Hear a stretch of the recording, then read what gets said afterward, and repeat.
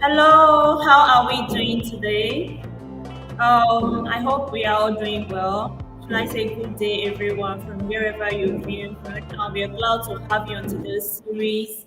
I hope you guys are ready for us, and our speaker is equally ready for us. Hope we are all doing fine. So today we'll be going on a special topic that is relatable to everyone, which is the series like Ask the Experts, and the topic of today is optimization of job roles visibility. I believe all of us would like to be visible, whereby recruiters and HRs are reaching out to us to get job, more especially most of us that would like a job, like a remote job. Most of us have a job or we're looking forward to like getting a remote job. So today's topic is going to be helpful for us to ensure that we are actually visible to the right recruiters.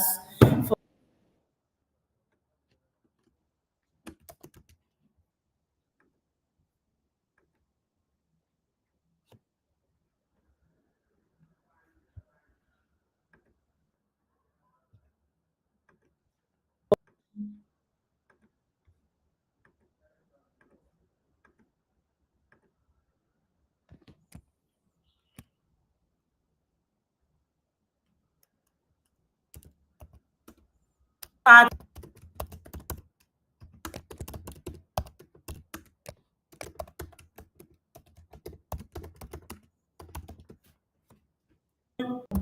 established IT careers with over decades of combined experience in software development and also in field of building scalable application for the web. So Damela is the right person for today's topic. You rest assured that you're with the right person to give you the right information. Hi, Dami, are you there? Yes, I am. Hello. Glad to have you. Great. Glad to be here. Hello, everyone. Like you said, my name is Damola Falabi. I'm a software engineer. Over the years, I have transitioned between multiple roles, from web development to software engineering, full stack to cloud architecting or solutions architecture, uh, to different platforms, cloud platforms, Azure, GCP, AWS, to name a few. Today, we will be discussing about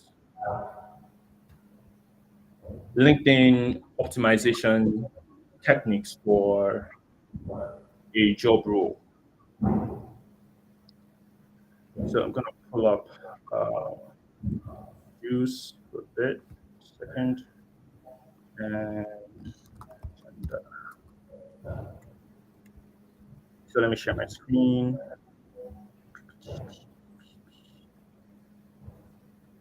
Well, I was taking time. That's cool. So sharing my screen now, presenting and presenting window. Present this guy. Yep, there you have it. So, can you guys see my screen? Yes, we can see your screen. Great, great. Second, and boom. So, here are a few things we're going to be discussing today. Uh, First, a brief discussion about uh, LinkedIn's algorithm, how it works for job seekers. Then we'll discuss how to build a powerful and searchable headline and summary. Next, we'll discuss the ways to optimize your profile for industry-specific keywords. Next, we'll dive on to how to showcase your skills, certifications, and accomplishments effectively. Next one, we're going to discuss tips on growing a relevant network that boosts your visibility, how to engage with content to position yourself as a thought leader, and finally, we'll touch on do's and don'ts of LinkedIn job search tools. So let's dive right in. First off, to discuss uh, how LinkedIn algorithm works, I'm going to switch to my LinkedIn page. Kathy, can you confirm that this is coming through?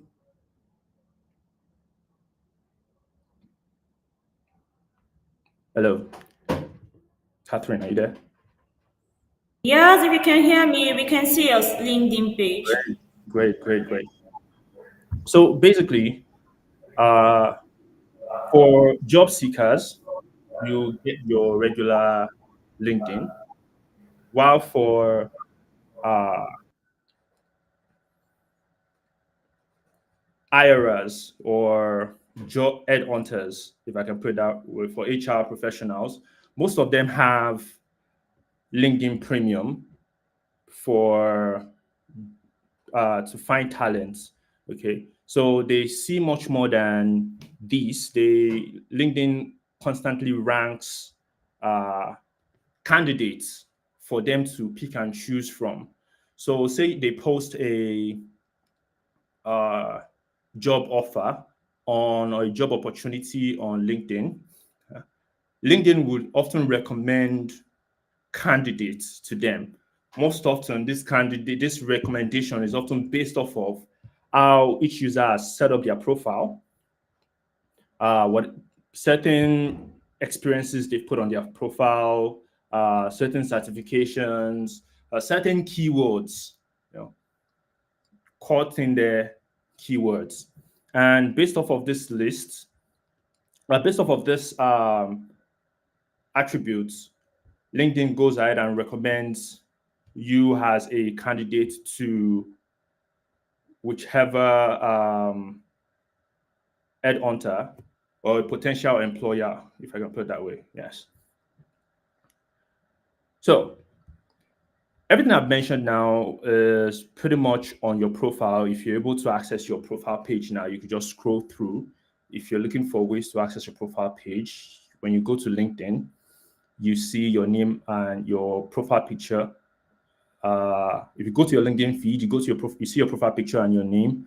By just clicking on your name, that should take you to your profile.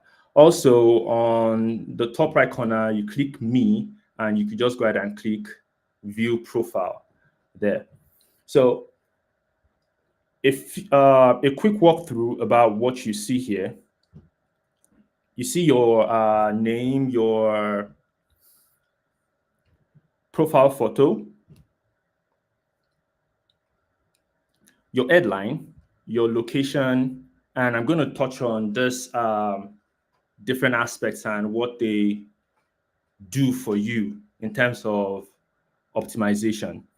Okay, I'm just going to skip this. And here you have analytics, you have post impressions, and other things. You have your about, services you offer if you are a freelancer or if you provide consulting services.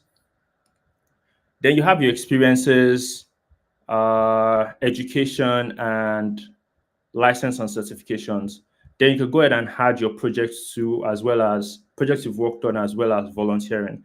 Like I mentioned earlier, everything you have here is altogether what LinkedIn accumulates and uses that using machine learning algorithms to recommend you to a potential employer. So aside that, one other thing that LinkedIn also recommend factors in is the strength of your network connection. So who's in your network? Okay. So say you are in a network of software engineers or software developers, you are more likely to be recommended for a role in whatever especially if you're a software engineer, you are more likely to be recommended for a software engineering role compared to someone who has, say, five people in their networks, and they are not necessarily related to uh, software engineering. So, aside how your profile is laid out, there's also uh, what kind of content are you sharing? What kind of articles are you talking about? Where are you? What kind of posts are you interacting with? So, say somebody posts content about maybe growth, career growth, or building a digital presence, and you interact with that often, most people that would engage with you would be people who like that. Again, I'm going to come back to how that's relevant and how you can use that to optimize your profile. Right now, I'm discussing, okay, how the LinkedIn algorithm works. What does LinkedIn itself factor into decision making? That is what does it factor into recommending you to a potential employer? So we've discussed your profile, we've discussed what posts you interact with, what and also what posts do you share. You know, so altogether, LinkedIn takes all of that and uses that to recommend you to a potential employer.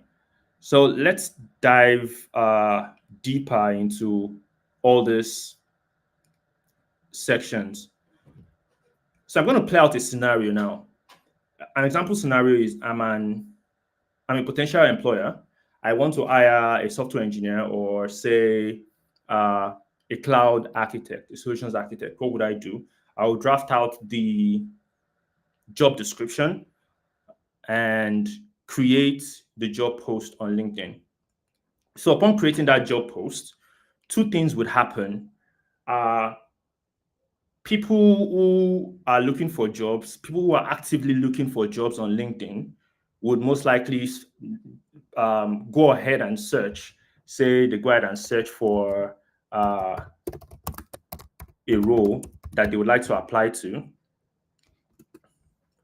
And upon searching for that role, peradventure, my job post, the one I just added, would come up. And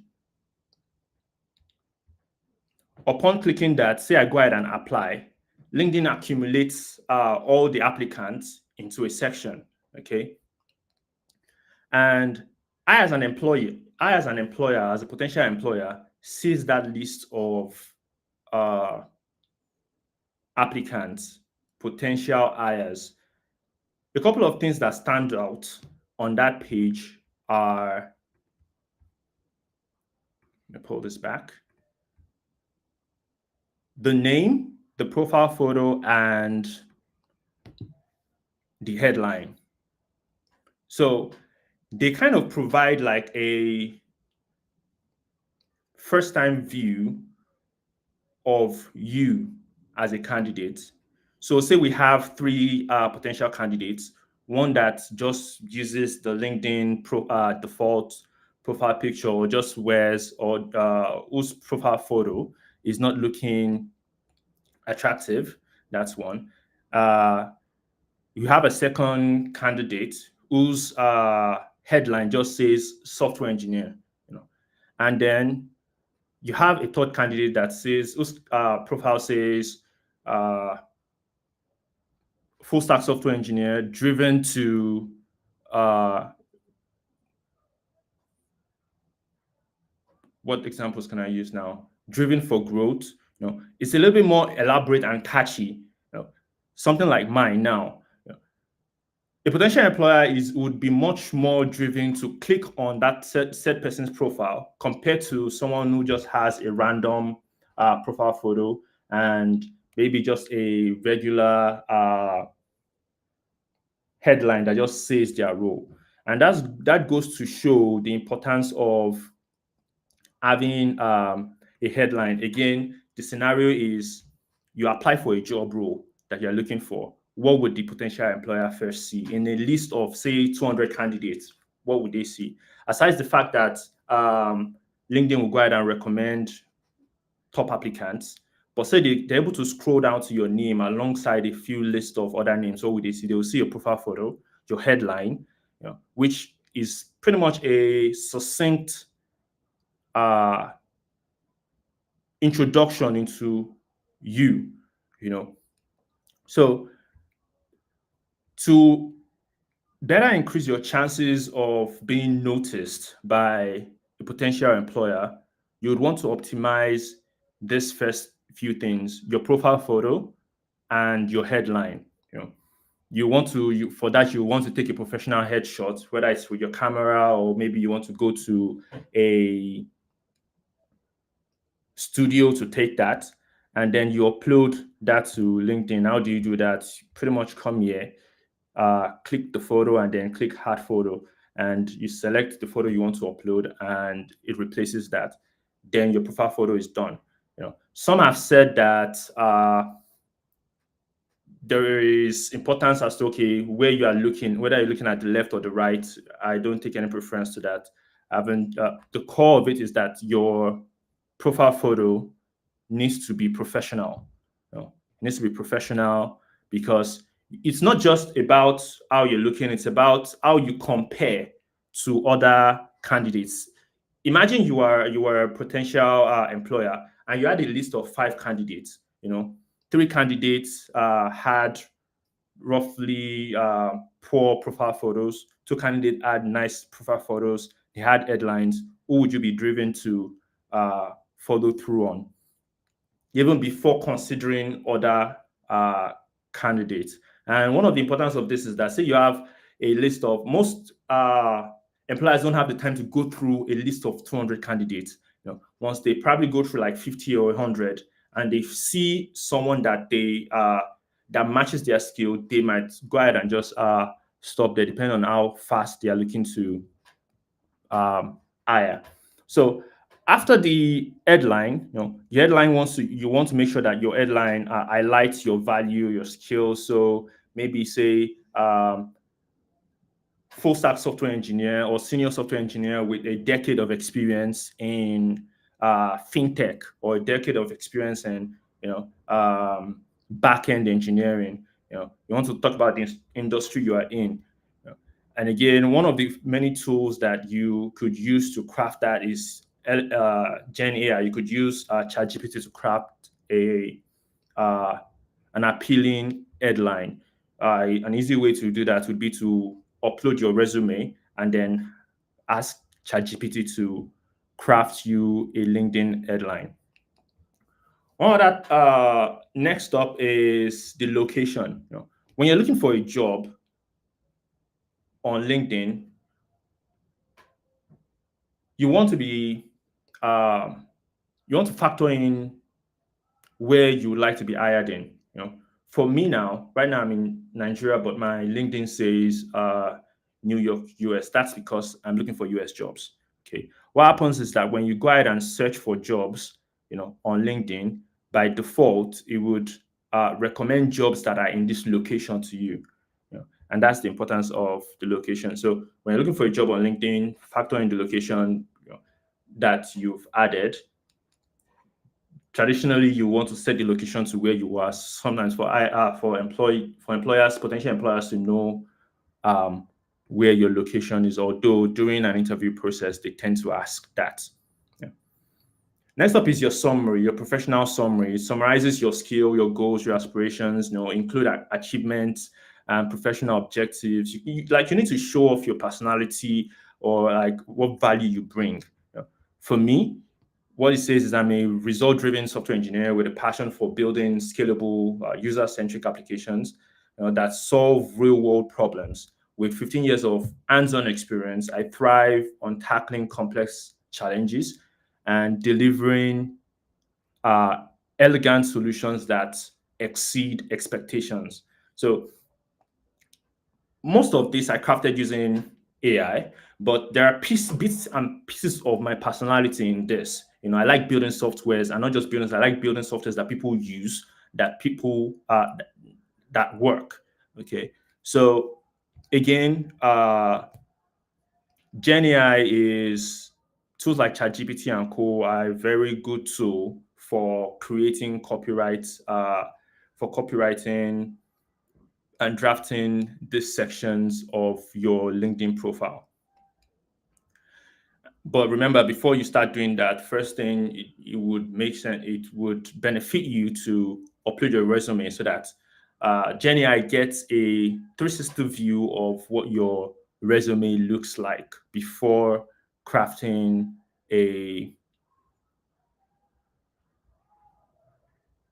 narrative or a summary that introduces you.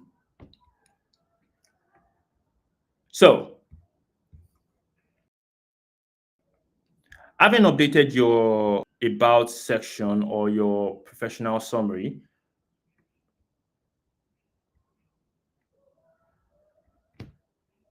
you want to optimize your profile for specific industry keywords. So, how I would go about doing that is first off, you want to draft the narrative. So, the question is okay, if I had to put it in layman terms, okay, so first off, what do? You are a software engineer, okay, that is stage one. You are a software engineer. Stage two, what specifically do you do? That's where the keywords comes in.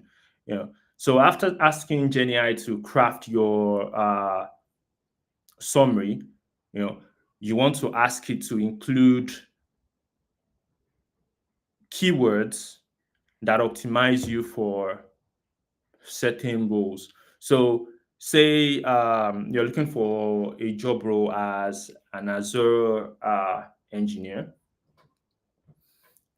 If you want to factor in your strengths, what Azure services are you proficient in? You know, or what Azure technologies are you looking to work on? You want to include that keyword. So,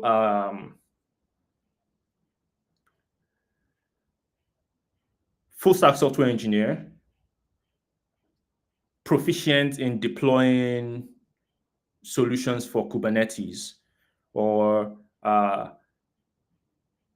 proficient in architecting solutions for Azure. So like I've done one thing. They have included one key keyword, which is Azure. It specifies a platform that I am proficient in. So, example of these keywords are this. So, I have full stack software engineer, fintech, SaaS, expert, cloud infrastructure engineer. If you had access to my profile about a month ago, you wouldn't find this here. For me, this is an example of a predefined keyword that I added. So most companies that were reaching out to me were companies that needed to hire an engineer in the US, and they required US citizenship and green card holders. So I noticed that, oh, okay, yes, I'm in the US according to my profile, and they're reaching out to me with offers, but I do not have a green card. I'm not a US citizen. So I added this for clarity. What this means is corp to corp and 1099. It's a US employment uh, type that provides the opportunity for you to work on contract basis, you know, or for them to hire you like a consultant. So this is an example of, and ever since I've added that to my headline, and this is just my headline, I didn't go ahead to add it to my summary to show you the power of just this headline. Ever since I added this, most headhunters or potential employers that have reached out to me have been C2C. Whenever they reach out to me and I tell them, sorry, I'm only available on C2C basis, they say yes, we can carry on. That is an example of how powerful just changing a slight keyword on your headline is. So how do you find out what these keywords are? You want to, you could look through your profile. A good source is your job description. So, but if you start applying for jobs over time, you find out that some certain keywords are repeated in different job descriptions. If you apply for, like, say, 3 or 5 software engineering roles, you'll find out that some things are repeated there. Maybe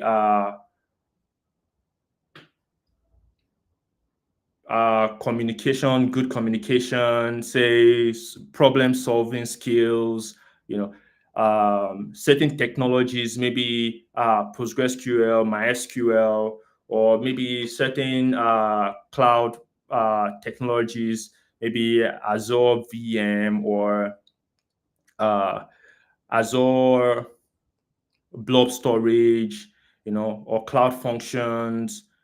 So by the time you apply for multiple jobs or you check multiple job descriptions in that role that you want to apply for, you see that some things stand out.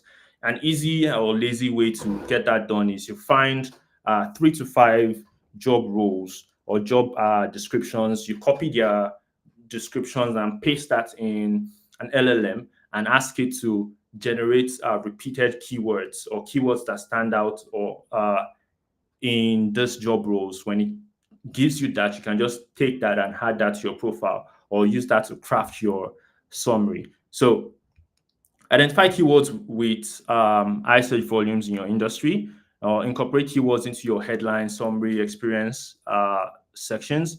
Use LinkedIn search bar to find relevant keywords. Analyze job descriptions for keywords employers are looking for. Again, I already uh, narrated or discussed all of this with examples. So you've gone ahead and updated your profile photo. You've created a nice and appealing headline. You've updated your location. You've gone ahead and drafted a wonderful profile summary that discusses who you are, your values, your skills, your experiences in a succinct, attractive form. You've also integrated relevant keywords into that narration. What next? What you want to do next is update your experiences. At a recent role that I was a part of, the sometimes in meetings when we have to do a working session is a session where, okay, something is wrong on maybe the platform or a software we're building, and everybody needs to get on a call, jump on a call to solve that. You know, so it's different from assigning a task to to an individual to solve it. A working session is everybody gets on that call and we resolve it before we leave that call. So there's often someone driving the call, uh, maybe perhaps the expert on that subject. Yeah. So they go ahead and drive the call while everybody watches. Everybody makes suggestion. Maybe they skip a step. Somebody mentions, and so at the end of that call, whoever is driving the call makes a funny joke. Often it's repeated, but I see a lot of wisdom in that, and that's one thing I would recommend you also do moving forward. After walking through, for example, a last working session we had was during an hybrid migration. So we're migrating infrastructure workloads from on-premise to Azure cloud. And part of this used VMware solutions. So during the configuration process, he he walked us through configuring HCX. We can look up what that means. It's part of hybrid solutions. So after walking us through, he just gave a comment now. Congratulations, you are now proficient in migrating XYZ to XYZ. Log on to LinkedIn and update your profile. You know, and that spoke to me because it's not all the time that you have time to come on LinkedIn and then sit hours on end to update your profile. You know, the trick there is when you do something new or fancy at work, update your profile. That allows you the chance to update your profile first, frequently. Number two, in bits and pieces that don't take up large chunks of your time. So in your experiences section, you want to include roles that you've worked on, as well as what you did in that role. For example, here's an example role in me working in a remote role for an organization. And here you see design, developed, and implemented multi hybrid cloud solutions, leveraging automation tools and technologies across Azure and AWS. And so here I've gone ahead to detail or brief the list of things I've done in this role while optimizing them for keywords. And if you're not familiar with some of the things I did here, you want to go ahead and research the STAR method. Let's see. And that is spelled STAR method. So it's a way of narrating or detailing your job role, your previous experiences by explaining, okay, what situation were you in? What was the task? What was the action? And what was the result? Okay. Full transparency, there's no way I could have sat down and typed all of this all by myself. So I maximized the use of uh, LLM tools.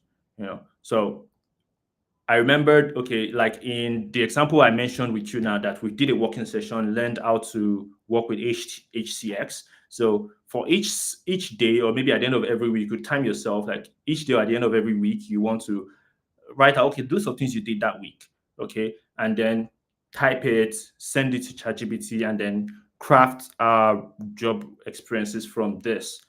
Say you don't have enough time to, and then you just uh, come here, click edit, select which role you want to edit, and then scroll down, enter the job description, and voila, you're done. Yeah. And right under that job description, one other thing you want to watch out for are the skills. These are some of the keywords that also optimize you for a job role. So here you have cloud computing, Azure, Microsoft Azure. Again, these are not just random tags. These tags have two sides. Number one is these are roles that I would like to be known for. Okay. So it's not you can't plug in all the things you do at work. Say you do about 100 things at work, unless of course you love your job 1,000%. You know, out of that 100% of things that you do at work, 60% at least would be things that you would like to do again, or things where you would like to advance your career in. And that's how you come to the conclusion of on um, what skills you want to add here. I'm going to discard this. So by adding skills under each job description,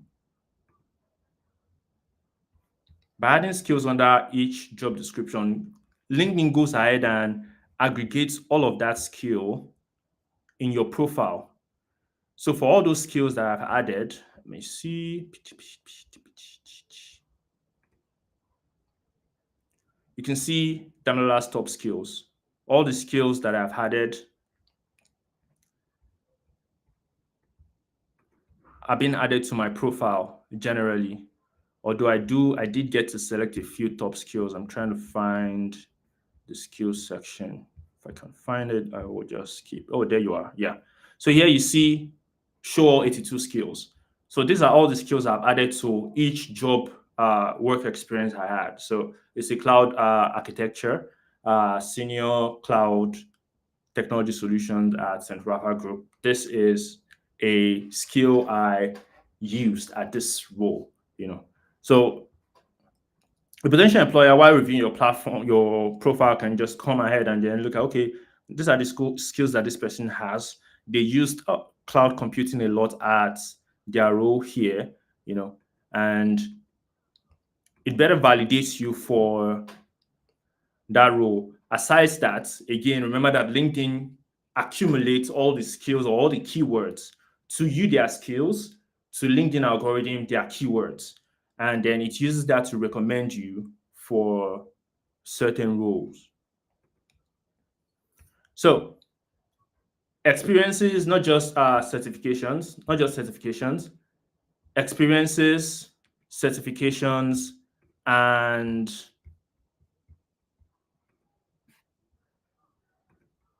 let me see. So experiences, education, licenses and certification, as well as projects. So for each of these entries, you can add skills that you've learned, and that again automatically accumulates to the number of skills or the cumulative skills that you have. So for this, I didn't do much. I just added DevOps to this certification. So if you go ahead and write an exam, add it. If you watch a LinkedIn video, LinkedIn learning video that gives you a certification, add it.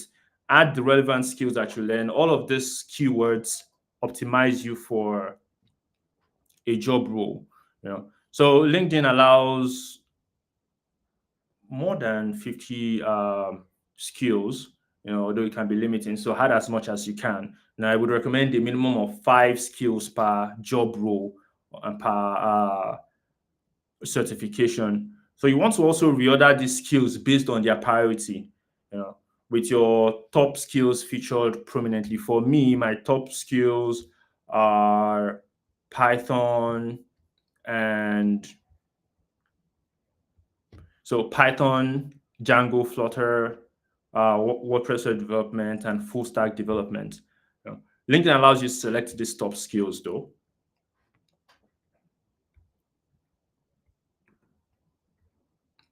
So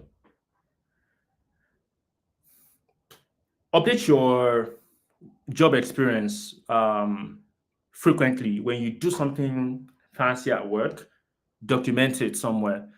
Maybe your notepad, write it. Then at the end of every week, look at, okay, what new things did I do at work? Then you update your resume.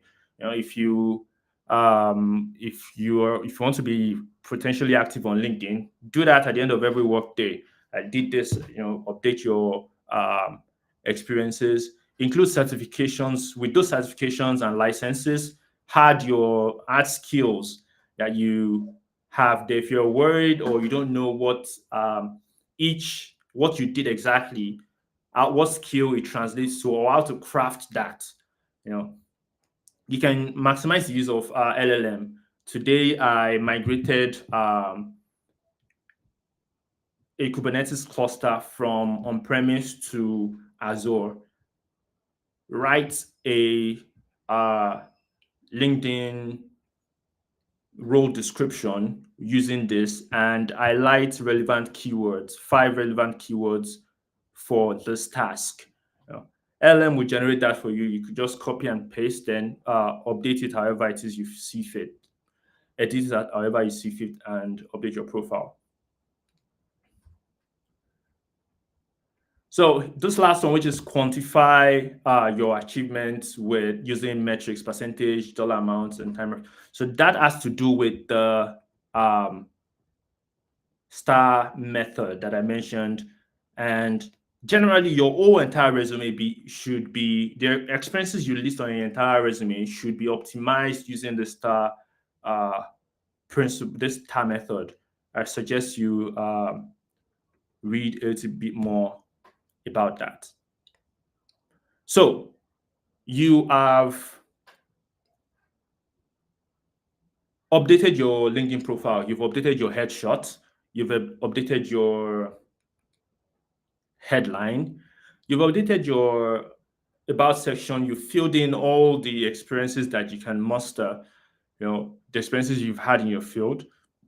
You've added descriptions as well as skills. You've not been able to sit down and do it by yourself, but you've maximized the use of Gen AI tools like ChatGPT, Copilot, Gemini, and the likes to craft appealing and optimized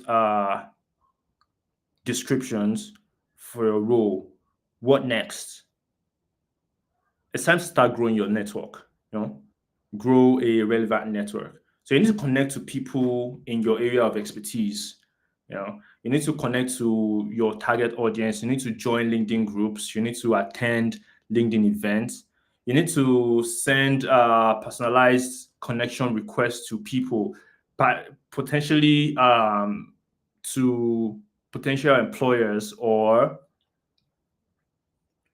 people who are in the network of potential employers. So, say you see a job for a software engineer at Udacity, okay? You could apply for that role. Then, if you also have someone who's in your network who currently works at Udacity, you could reach out to them. And that is where sending a personalized connection request comes in. You reach out to them saying, hey, hi, um, I would like to connect with you. Uh, I'm looking for a role at XYZ at Udacity, and you being in my circle, are there any recommendations um, you have for me as to how to secure this role? People are often out there ready to help. You know, so connect with people, search for people, say software engineers. That is, again, I'm using software engineer because um, I'm a software engineer. Over time, let me give you an example of how I connect with people and grow my network. Say one most recent thing I do more often is that when I take a course, say I'm doing a Coursera specialization. After watching that course, or either after watching the course or in the introductory section of the course, they introduce the lecturer or the teacher, you know, of that course. And what I do there is I just find their names on LinkedIn and connect with them. Hello, I'm taking a course on ML Ops on Coursera. Uh, you taught it, which you taught. I am looking to connect with you, and I look forward to uh, insights that you might provide. You know, a simple message like that. Again, if you're having trouble crafting an appealing message, feel free to maximize the use of Gen AI. So that's a simple way to connect. You're working on something that somebody provided content on. Maybe you read an article. You're trying to troubleshoot a web server, and somebody wrote an amazing article on that web server. It's not you don't just need to read the document and discard it. You could just search their name up on LinkedIn and it connect. Oh, you read hi there. I read an amazing article on how to troubleshoot an Nginx server which you wrote. Thank you for providing that amazing content. I'd like to connect with you, stay in your network, see if and see what value we could bring to each other. You know, that is a pretty brief introduction, and then from there you can grow your network. So that's an example way of how I grow my network.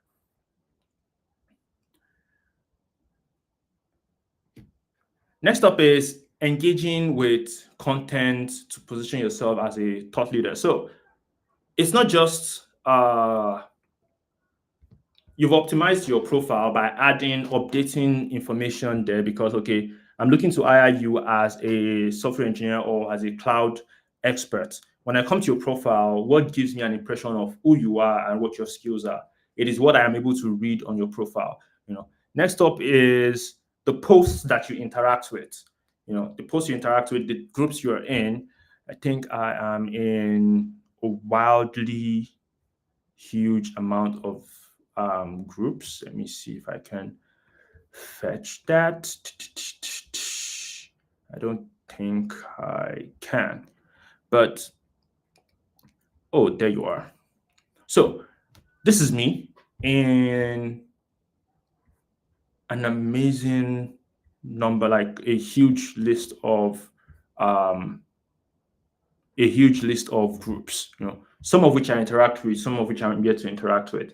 And what that does is that, you know, again, it might seem like facade, but then again, some of these groups, it's not just connecting or being a member of that group. Some of them might contribute to them. Say somebody posts something, I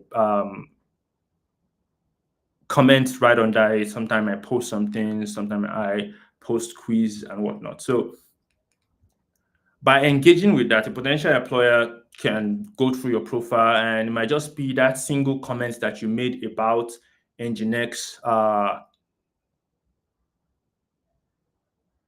troubleshooting that can cut there and be like, oh, looks like this person actually knows what they're talking about, and sway might be the final dose that sways them in your direction. Aside that, LinkedIn algorithm again takes in all of these things, your interaction, what posts do you interact with, what do you post, uh, what keywords are on your profile. It takes all of that all together and then uses that to recommend you to employers, potential employers.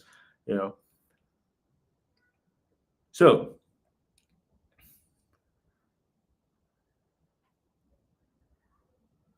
first on the list is share industry and insight and news. Again, you can do that, or you could write LinkedIn blog posts. Say you worked on Azure functions this month or this today, right after work, you could just like write a briefing about Azure function, what it does, what you learn from it, and provide value to your network. Again, you are building your network with using a um, circle or a network of experts. You're pulling experts into your network. Okay, these experts might be in positions to recommend you for a role. That's one thing. Number two is that all of this aggregates into recommendations for you. So there are two candidates, one who has about 20 software engineers in their circle or in their network, and one who has uh, 30 social media experts in their network. You know, if LinkedIn algorithm had to pick who to recommend between these two folks, it will most likely be the person with a lot of software engineers in their network. And it's not just the role, it's also about the industry. Okay. So one person has 50 connections, 30 of those connections are in IT and development and cloud, while another person has about 100 connections in their network, and 50 of those are in agriculture, uh, 20 of those are in education. You see the difference in between the two. LinkedIn algorithm is most likely to recommend this person for the role compared to the person with. So that's why it's important to uh, know who to connect with. Again, it's not just about the role; it's also about the industry. You know? So while you're connected with those people, you want to, if most of them share insights on LinkedIn, you want to comment, you know, repost, like, comment on those content. I think I saw an article. I wish I had the link right now. I saw an article that mentioned that comment sections are much more prevalent on LinkedIn compared to posting articles, because it's the comment section is almost like um, a networking space after an event. So when you go to a live in-person event, and right after the entire event, everybody huddles to connect. Hey, I'm a software engineer from XYZ. We do XYZ. Oh, what do you do? And then so most often than not, the comment section is where people actually uh, contribute, or extend the contribution of the author. So somebody posts something about, again, maybe perhaps cloud functions, and say that, hey, they had issues with XYZ, they solved it by this. You can go ahead and comment and be like, That's great. It's great insight that you provided. Just be genuine because most people can spot um, fake pleasantries from a mile away. Again, nobody calls that out, but they are much more likely to interact with you when your feedback is genuine. So give honest feedback, talk about your experiences. Somebody else reads that, comments under that, and from there you grow your network. Aside interacting with posts, you want to also share articles, posts that offer value to your network. Include visuals, pictures, videos that quickly highlight or summarize what you're trying to um, discuss. If you are like me, I had to find time to read long and lengthy LinkedIn posts. Most things that catch my attention are photos, those slides where you get the highlights, you slide through and get the highlights. You can create things like that. They're called infographics, sorts. Right after a post, under a post in the comment section, you can ask questions. You can create polls to encourage interaction. After you've posted an article, you can put a poll there. Okay, which of these is an Azure service, cloud function, or um, put an extra option there. You know, Again, like I've mentioned, you want to share personalized success stories and experiences. And you want to participate in relevant groups and discussions, like I've mentioned. So you see the number of groups I am connected with. In those groups, you want to share posts, you want to share experiences, you want to interact with people from whatever groups you're connected with. So finally, we come to the last bit of this session, which is do's and don'ts of LinkedIn job search uh, tools.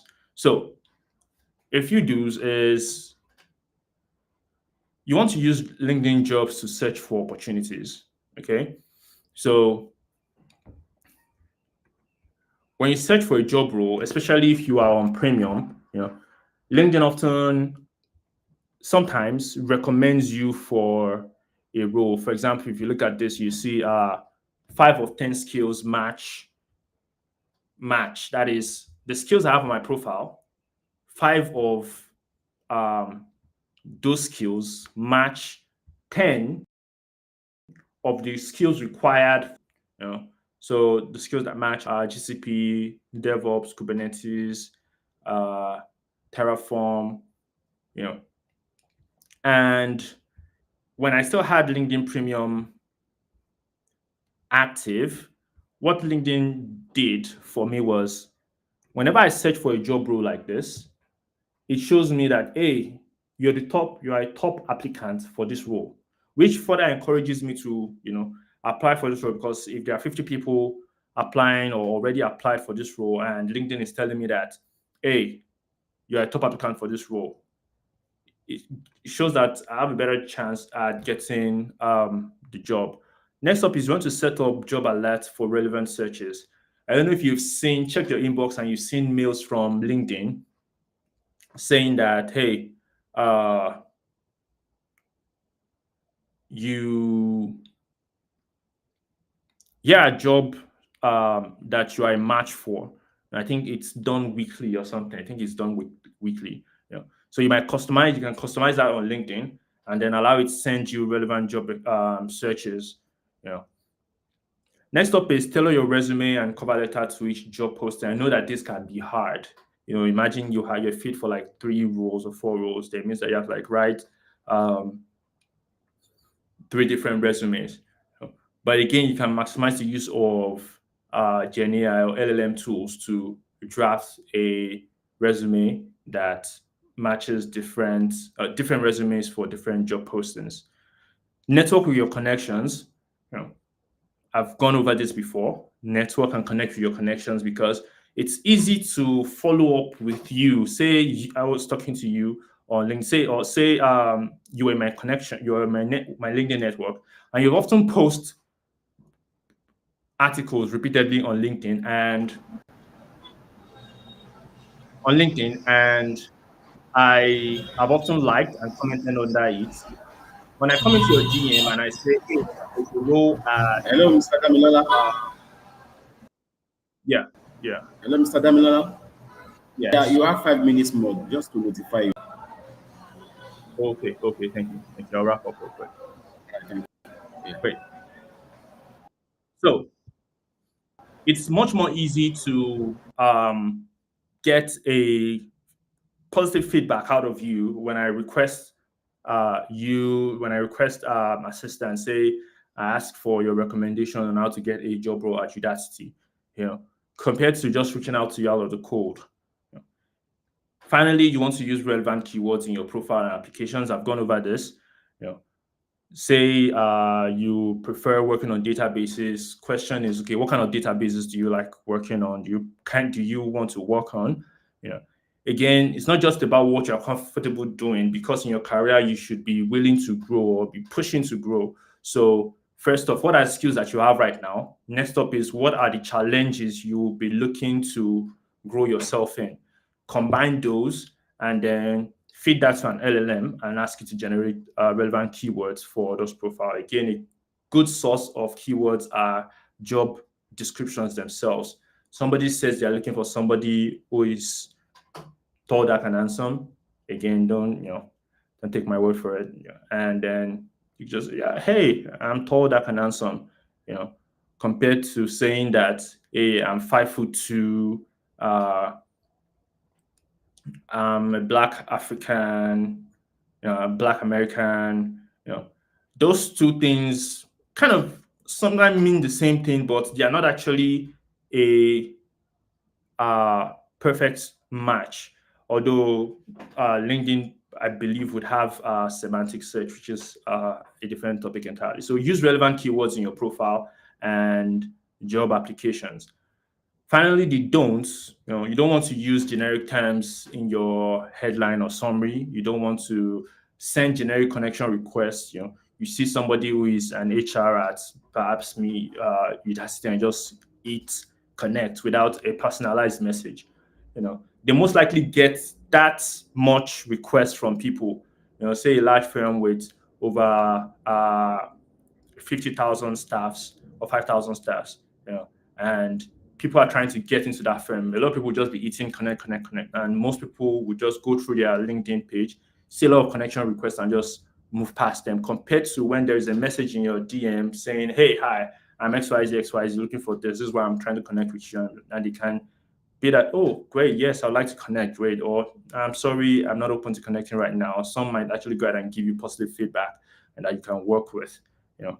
And finally, don't ignore messages or connection requests. So you connect with you see a connection request or a message from somebody, you can go ahead and decline it. It's not, you don't have to accept all connection. Remember the example I gave about two people, one with people connected with other people in the IT industry, and another person connected with a lot of people in the agricultural industry. You might not want to be that person. So it's okay to decline connection requests. Say you feel like, okay, this is a potential spam or a potential scam, or this person or this industry is not people I would like to connect with at this time. You just don't ignore messages. So that brings us to the end of today's session. If you have any questions, uh, feel free to ask. Catherine, are you there?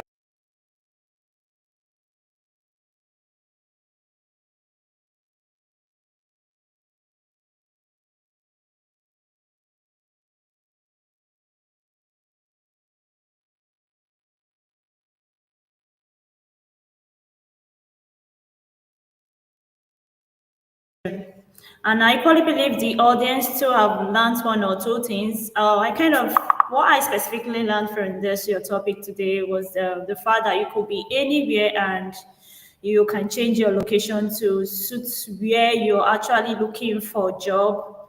For example, I remember there was a time I kind of changed my location to UK while I was still in Nigeria, and I was getting a lot of offers. But at the end of the day, I have to tell them, I'm sorry, I'm currently not within the country. But you gave me an insight of where you actually stated something C slash there's a number you wrote there, which I know that from this topic today, I'm actually going to inculcate that into my CV. And you reminded us how we should have like a good headshot, a professional headshot that will distinguish us, that will make us stand out among others. You spoke a lot like us joining a group and equally like having a brief profile summary that will make us being this being the linguistic out of other people, like being seen, being visible among others. So thank you so much for today's topic. We would love to have you some other time. Thank you so much. And right now we're calling it a day. Thank you guys for coming to today's session. Thank you everyone. Have a great week ahead. Bye from all of us here. See you next week. Bye.